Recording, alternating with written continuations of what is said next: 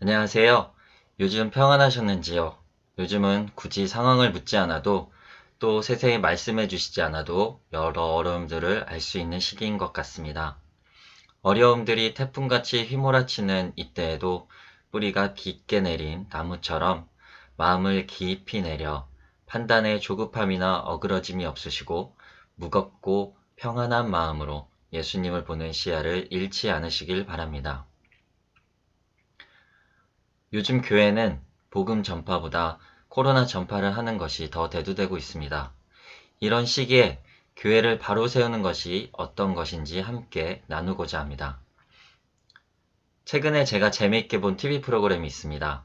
사람이 살지 않는 오래된 빈집을 저렴한 가격에 사서 사람이 살 수 있도록 멋지게 바꾸는 그런 프로그램입니다. 집이 없는 사람, 사람이 없는 집. 이 둘이 만나 변화와 화목을 이루는 모습을 보면서 저도 즐거움을 느끼는 것 같습니다. 이 프로그램을 보면서 드는 생각이 있었습니다. 사람이 없는 빈 집을 집이라고 이야기할 수 있을까요? 여러분은 어떻게 생각하시나요? 만약에 진우네라고 하는 집이 있습니다. 하지만 진우와 진우 가족들은 다른 곳에 살고 있다면 그것을 진우네라고 할 수 있을까요? 단언컨대 진우네는 진우가 실제로 살고 있는 곳이 진우네일 것입니다.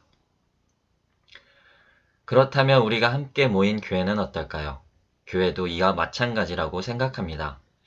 지붕을 뾰족하게 지어 십자가를 얹어놓고 그 건물 안에도 십자가를 걸어놓고 교회 의자와 성만찬 식기와 피아노를 가져다 놓는다면 그것을 교회라 할 수 있을까요?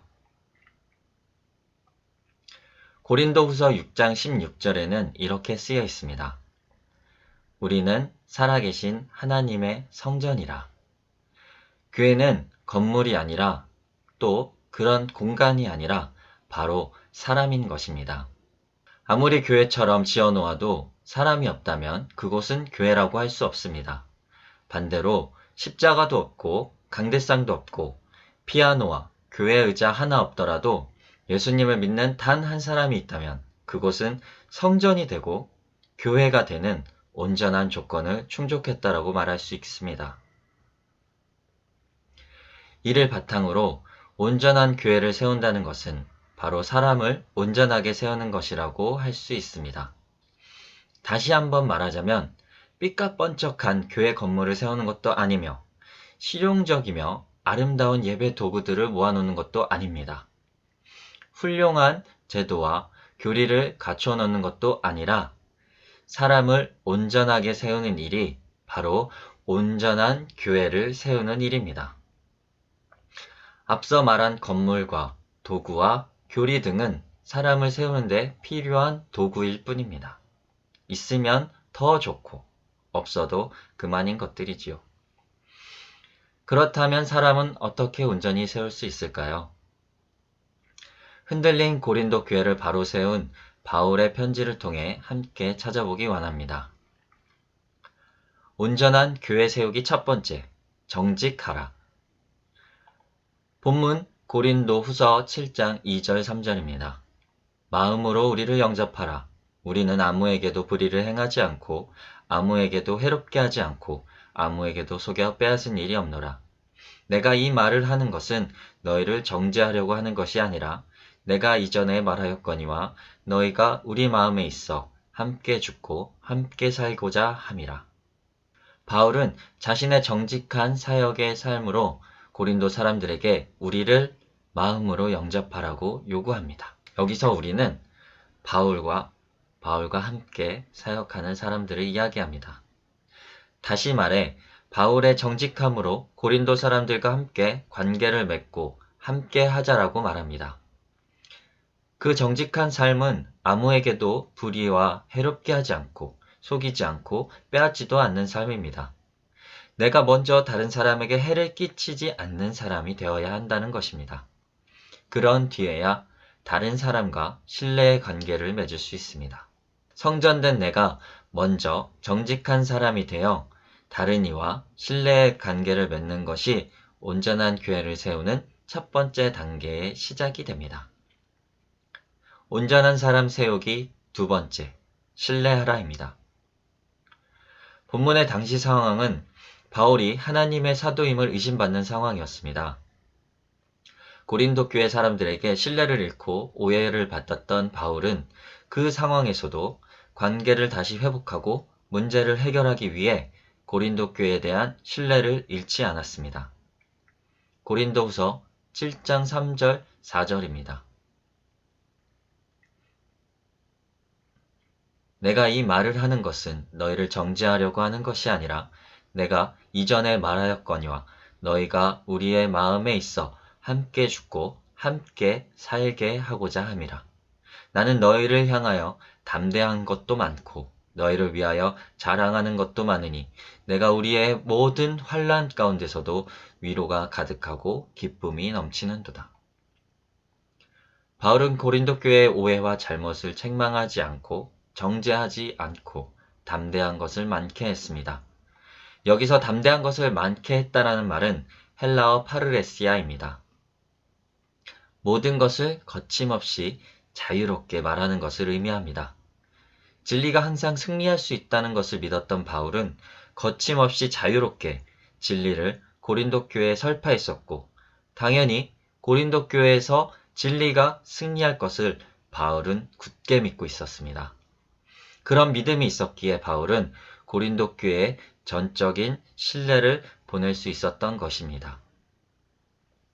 고린도 교회에 대한 신뢰를 잃지 않은 바울은 디도를 통해 고린도 교회가 회개하여 바울을 신뢰하고 있음에 큰 기쁨을 얻었습니다.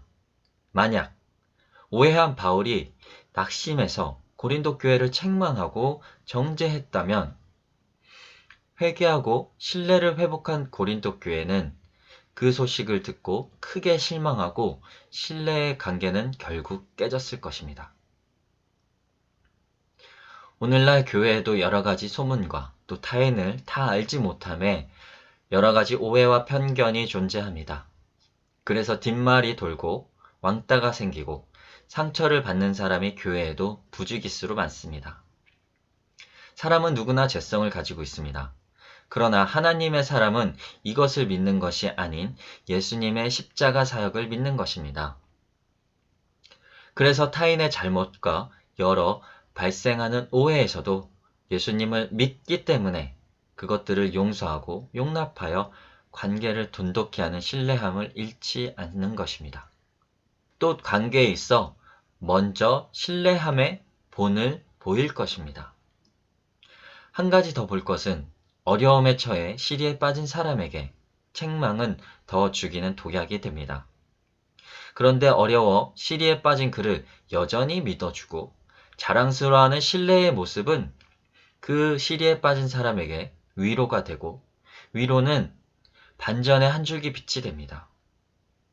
이 빛은 새 힘이 되고 이 힘은 무너짐을 회복시킵니다.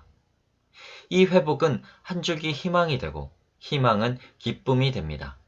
결국 이 기쁨은 다시 새로운 도전을 하는 능력이 됩니다.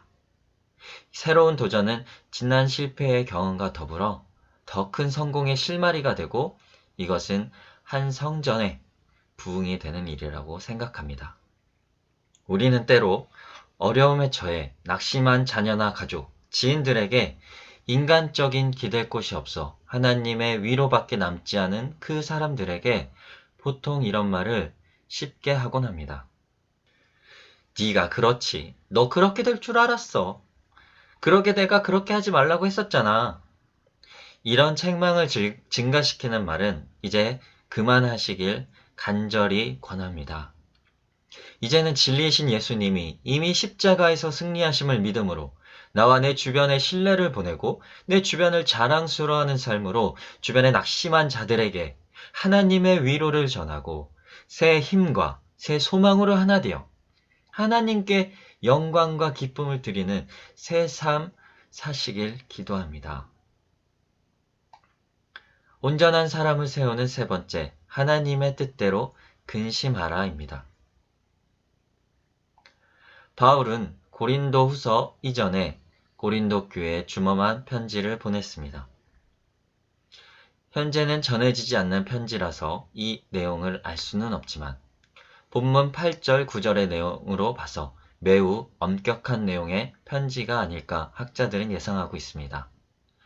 사람을 온전하게 세우려면 때로는 엄격함이 필요합니다. 바울도 고린도 교회에 주엄한 편지를 보내고 난 후 잠시 후회를 하였으나 그 후회는 기쁨으로 바뀌게 되었습니다. 그것은 하나님의 뜻대로 근심하게 되어 결국엔 회개를 하게 된 것이기 때문입니다. 하나님의 뜻대로 하는 근심은 회개를 이루지만 잘못하면 세상의 근심을 하게 되어 곧 그 사람을 사망으로 이루게 되는 것이기에 아주 명확한 분별과 신중한 자세가 필요할 것이라 생각합니다. 본문 11절을 통하여 하나님의 뜻대로 근심한 사람들의 특징을 살펴보겠습니다. 하나님의 뜻대로 근심한 사람들의 특징은 간절하게 하며, 변증하게 하며, 분하게 하며, 두렵게 하며, 사모하게 하며, 열심 있게 하며, 벌하게 하며, 깨끗함을 나타내게 합니다. 간절함은 자신들의 잘못의 심각성을 진지하게 인식하고 그것들을 바로잡고자 하는 열심을 갖게 된 것을 말합니다. 변증함은 자신들의 잘못을 인정하고 스스로 도울 수 없음에 도움을 청하게 됩니다. 분하게 함은 바울을 공격했던 적대자에게 의분을 느끼게 된 것을 말합니다. 두렵게 함은 바울을 다시 볼 면목이 없고 또 하나님의 진노와 심판을 두려워하게 됩니다.